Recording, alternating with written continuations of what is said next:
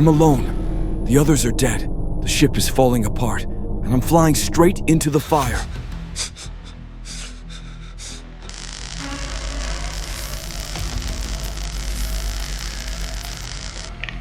Holloway, you've got to hold on. We're coming for you. You knew you were sending us to our deaths. You knew.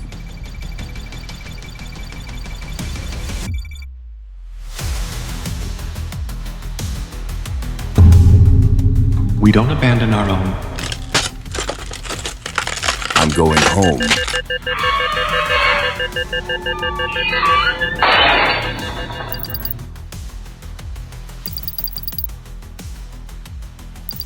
The Aten 2024 DC mining platform hung in silence above the fractured surface of the asteroid. Shards of rock and dust floated lazily beyond the viewport, illuminated by distant sunlight. Inside the rig, 3 astronauts worked their rotations: Holloway, Milton, and Lieutenant Harris. They were on contract with Orbis Mining Corporation, running standard excavation ops on one of the larger near-Sun asteroids. It was supposed to be a maintenance-heavy, low-risk job. That's how Orbis pitched it. Routine work with tight parameters and tighter oversight. Holloway, the mission's prospector and engineering tech, was running diagnostics on the drill platform's pressure feed. Milton was overseeing anchor calibration, and Lieutenant Harris monitored seismic fluctuations from the command console. Despite the proximity to the sun and the occasional signal lag, communications with the orbiting ship Hathor 18, flown by Commander Sarazawa, remained stable. Every few hours, Sarazawa checked in with procedural updates. Everything seemed under control. Until it wasn't. At 3:42 hours, Harris noticed something irregular. A flicker across the seismic spectrum, brief but sharp, too sudden for background tremors. He leaned over his console, eyes narrowing as he tried to stabilize the feed. The data spiked again. "Cut operations," he said, not yelling but firm. "Stop the drills. Something's under the surface." Milton glanced up from his readouts, hesitating. Holloway paused, mid-cycle, awaiting confirmation. "Repeat that, Lieutenant." "Cease ops now," Harris barked. "I'm seeing unstable feedback, some kind of internal..." The rest of the sentence never made it out. A deafening blast ripped through the core of the rig as a pocket beneath the surface exploded. A delayed steam outflow building behind the drill anchors had finally ruptured. Pressure that had been mounting for hours, maybe days, found its release.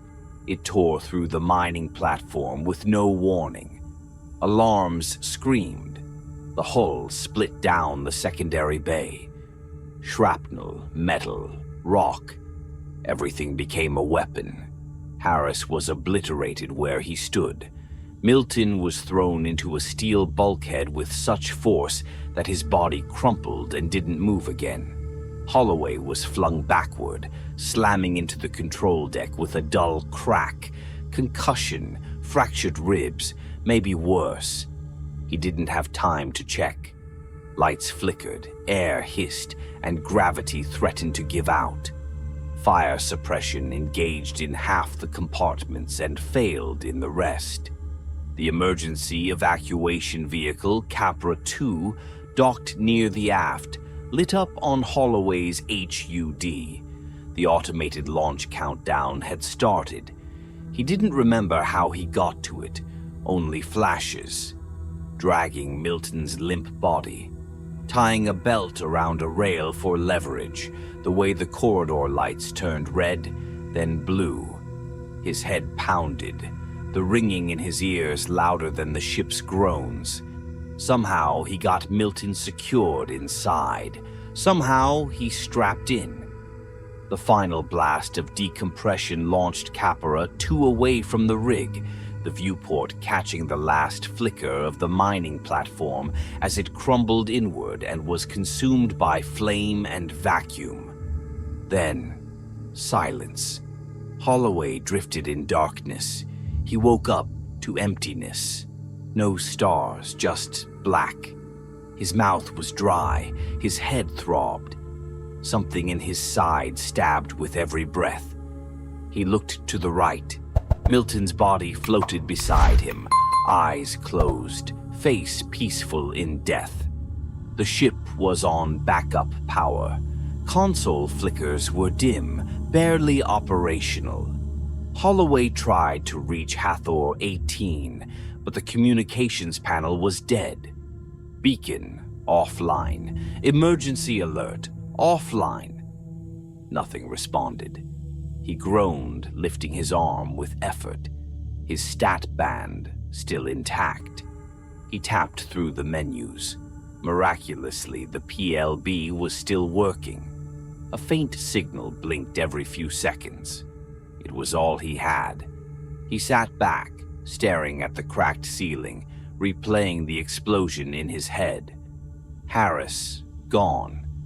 Milton, gone. The rig, gone. The quiet felt wrong, suffocating. Alone, drifting towards something he couldn't see, Holloway whispered the only thing he could think to say. "Come on, someone, pick me up." Time passed in a haze. Holloway couldn't tell how long he'd been unconscious, only that when he woke again, the emergency lights were dimmer and the temperature had dropped sharply. His breath fogged in the air. A sharp pain pulsed behind his right eye, remnants of the concussion, and his fingers trembled as he reached for the controls again. Nothing had improved. The EEV Capra 2 was still dead in space. No propulsion, no primary comms, no beacon. Just the soft, rhythmic blink of his stat band's personal locator beacon, the only thing tethering him to life. He ran through system checks. The auto-nav was frozen. Life support was operating on residuals. The cabin temperature was falling steadily, and the coolant system hadn't stabilized since the emergency jettison. That meant either freezing or risking a structural collapse from temperature extremes. He cursed under his breath. Then a static crackle. Faint, almost imagined. "Capra 2, do you copy?" Holloway lunged forward. "Hathor 18, this is Capra 2. I'm here, I'm alive. Holloway reporting. Repeat, I am alive." The signal came and went, broken into fragments. After some tuning, the voice returned, female this time. "This is Commander Roberts, Hathor 18. Holloway, we've picked up a weak signal from a PLB. Can you confirm identity?" He blinked. Sarazawa wasn't on comms. Why?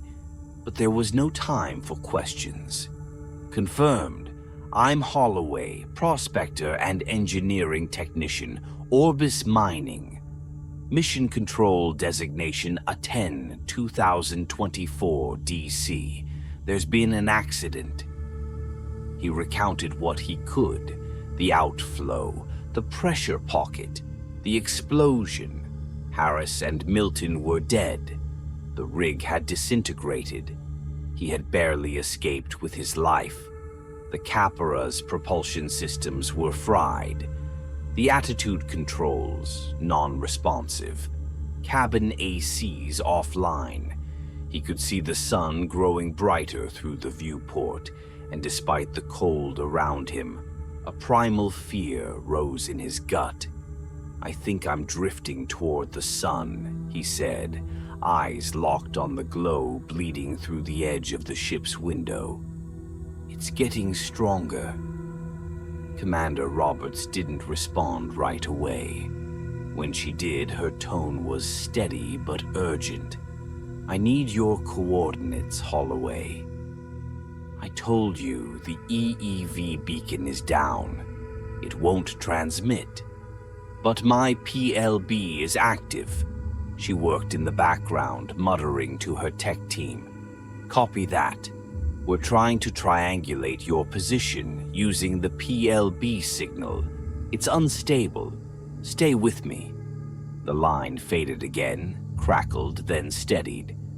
Are you injured? I have a concussion, he admitted. Some bruised ribs. Head's not great. The stat band's med diagnostics are limited. You'll have to take my word for it. Then I'll need to do a verbal check. Name? He winced. You just said it. Say it again, Holloway. Fine. Holloway, Troy Holloway, prospector, maintenance control and general purpose engineer. Orbis Mining Corporation. She asked more questions. Mission ID, training background. Each one felt more like an interrogation than a medical check. He grew short with her, frustrated. Are we done with the questions? Not yet, she said calmly. You've suffered head trauma. We're checking for memory loss and orientation. He exhaled sharply but complied. She shifted the topic. We lost contact with control. Our relay transmitter was damaged after you left the DC. Shrapnel hit our outer hull. Commander Sarazawa was overseeing repairs. Then put him on, Holloway snapped. I want to talk to Sarazawa. A long silence followed. I'm acting commander, Roberts said finally. Sarazawa's not available. That was all she gave him, and he didn't press, for now. Roberts returned with an update. They had successfully triangulated his location. The PLB had stabilized just enough for their systems to find him. She confirmed what he already suspected. He was drifting fast toward the sun, pulled into a decaying trajectory by the momentum of his ejection from the destroyed DC platform. At this speed, he'd be in direct solar exposure within 70 minutes. His heart pounded. The propulsion system is down. Thrusters are cold. I can't brake, he said. I know, she replied. We're en route. ETA 75 minutes. That's too long. It's what we've got. Roberts continued running diagnostics from her end. The EEV's temperature had dropped below optimal survival levels. The coolant system hadn't adjusted after launch, and now it was compounding the problem. Without internal heat regulation, Holloway risked slipping into hypothermia. And worse, a radiation leak had been detected on board, likely from the reactor shielding fractures during the explosion. You need to shut off the coolant, Roberts told him. No, he said. I'd rather freeze than burn. Those aren't your only options, she replied. But hypothermia is coming fast. You need to decide. He ignored her and tried something else. He suited up. The emergency evac suit on board wasn't mission-rated, but it would insulate him better than nothing. Problem was, it only had 15 minutes of oxygen. When Roberts brought that up, he snapped. Then I'll ration it. I'll do what I can. A warning tone chimed from his wrist. Stat band's picking something up, he muttered. Core temperatures dropping. Early stage hypothermia. Troy, Roberts said, her voice softening. You have to turn off the coolant. We can't help you if you're unconscious. He hesitated. The window next to him cracked a little more. Finally, he moved. The coolant chamber was on the lower deck, near the manual shut-off valves. He floated down carefully, using what little stability the ship had left. The moment he entered, static overtook the comms. Commander Roberts, you copy. No response. He reached the valve and turned it slowly. Ice crunched under his gloves. A sharp hiss escaped the pipe. Then something tore loose. Metal burst behind him. Shrapnel ripped through his side, puncturing his suit and flesh. He screamed, gripping the cold steel with bloodied hands as he finished shutting the valve.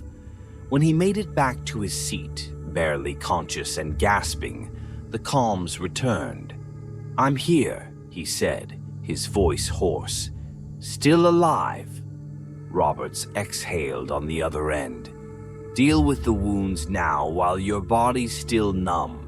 Do it before you warm up." He nodded, eyes foggy.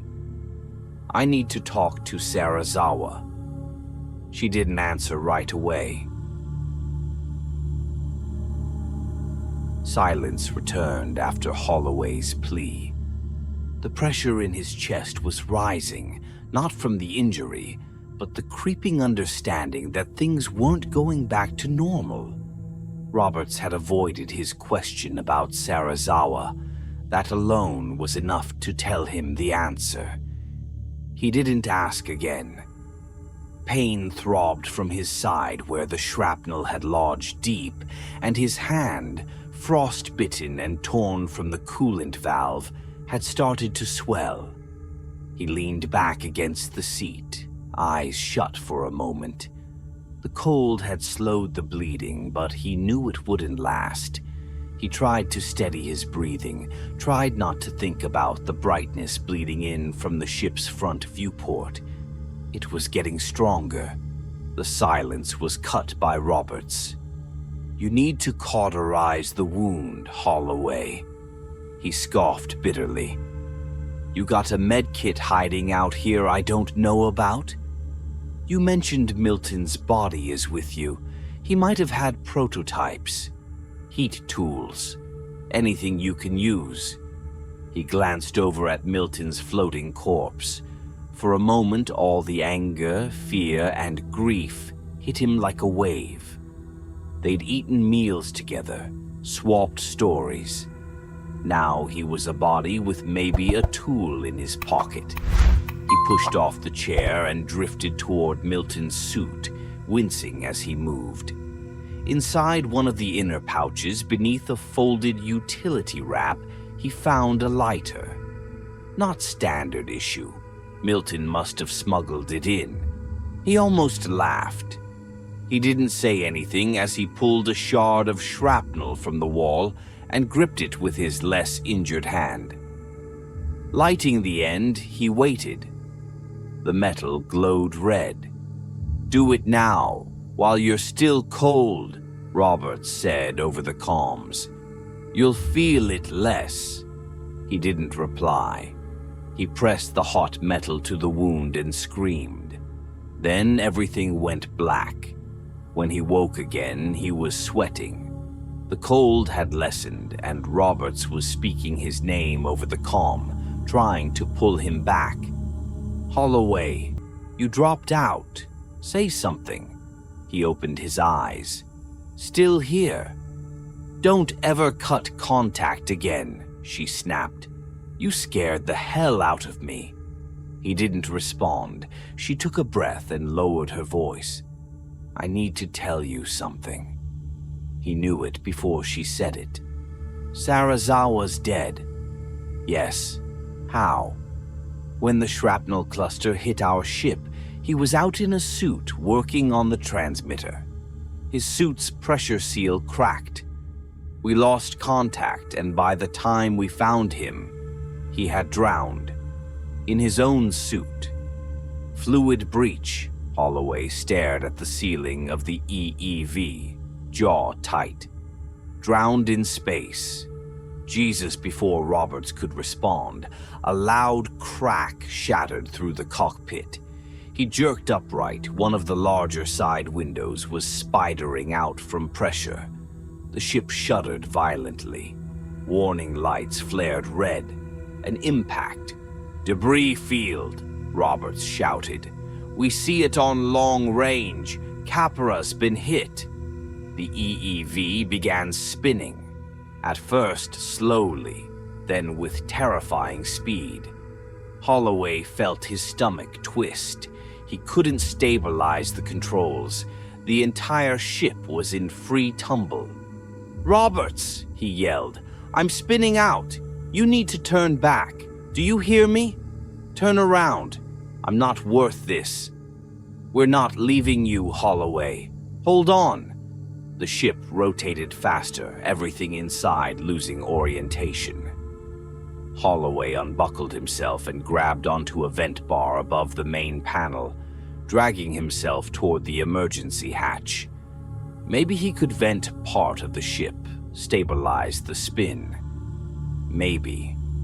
"Don't open it," Roberts said sharply.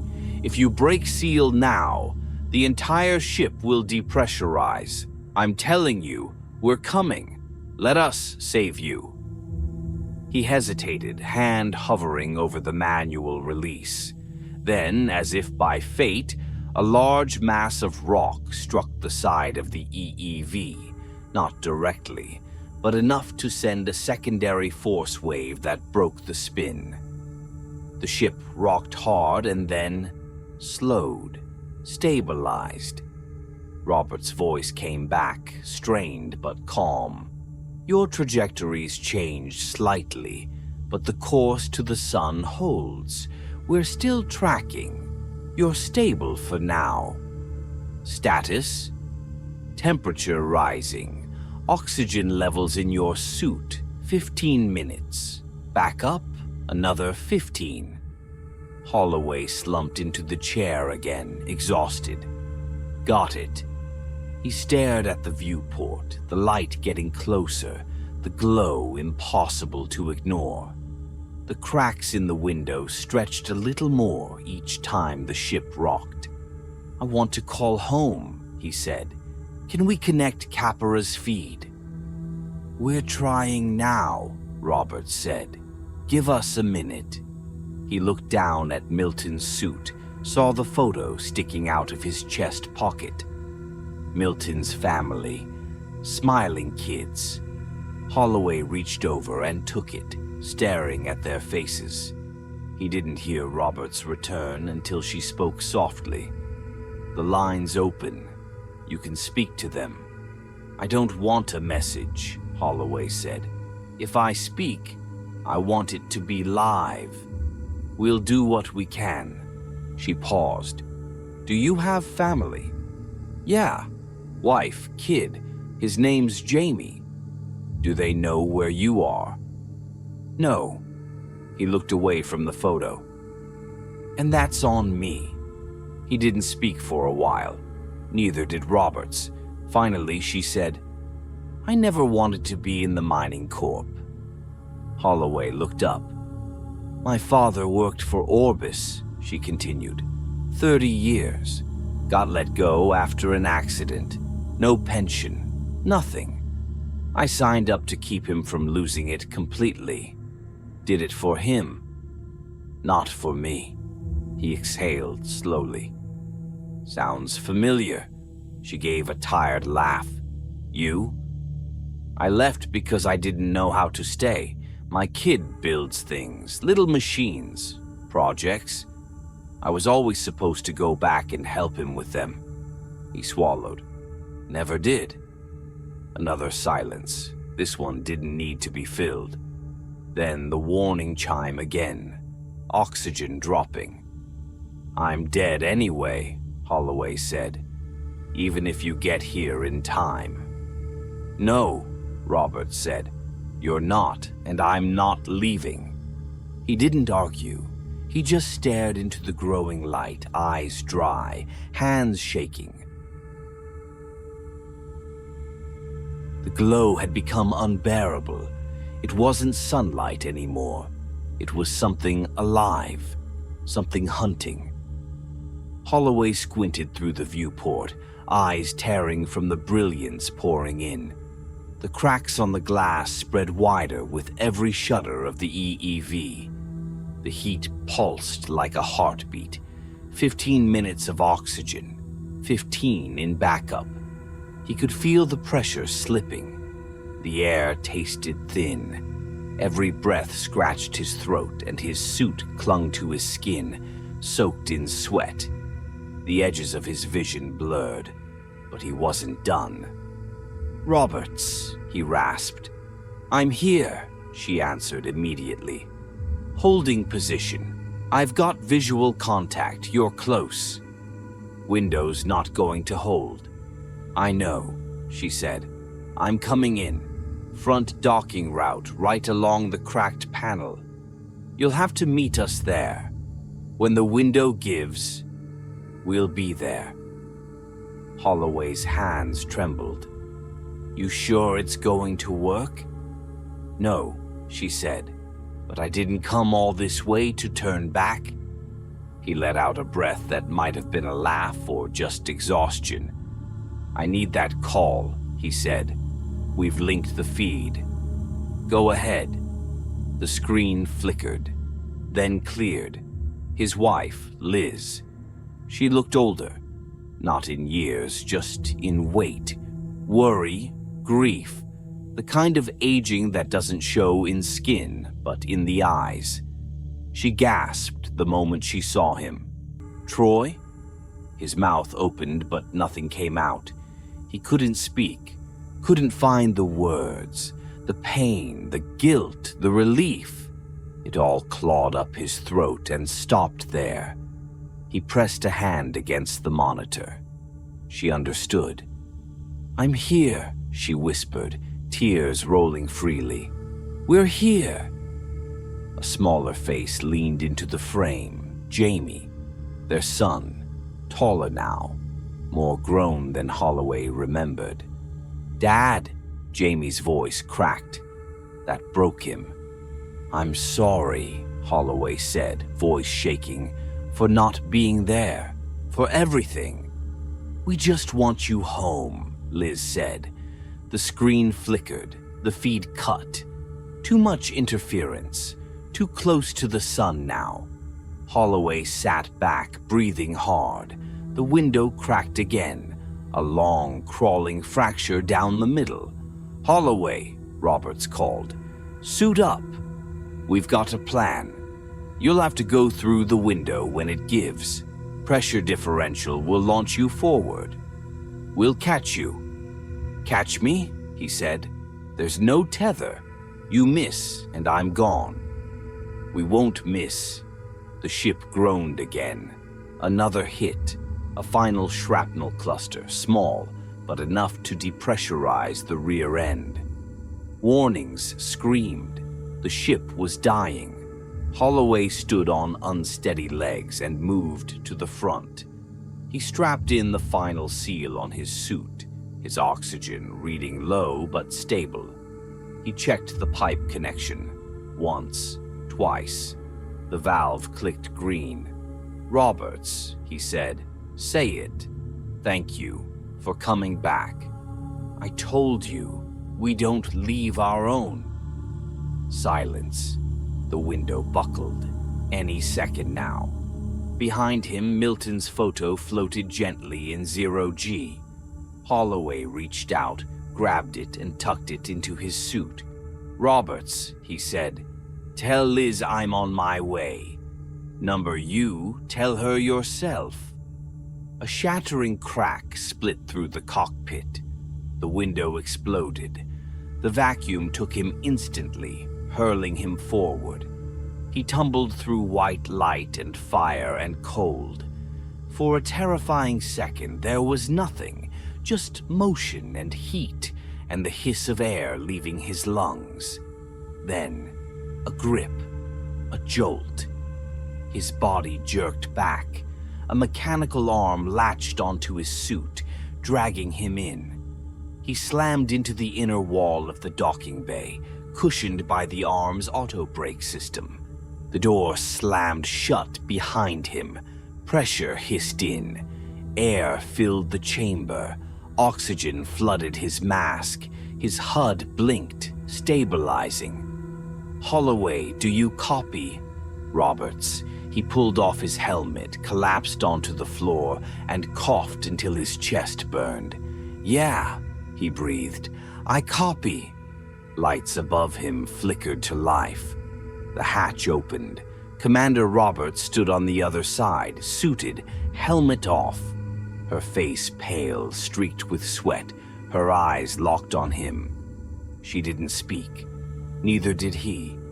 She just reached down and helped him to his feet. He clutched the photo in his fist. "Let's go home." They turned together as the door sealed behind them, leaving the dead EEV behind, empty, cracked, and swallowed by the sun. End of transmission.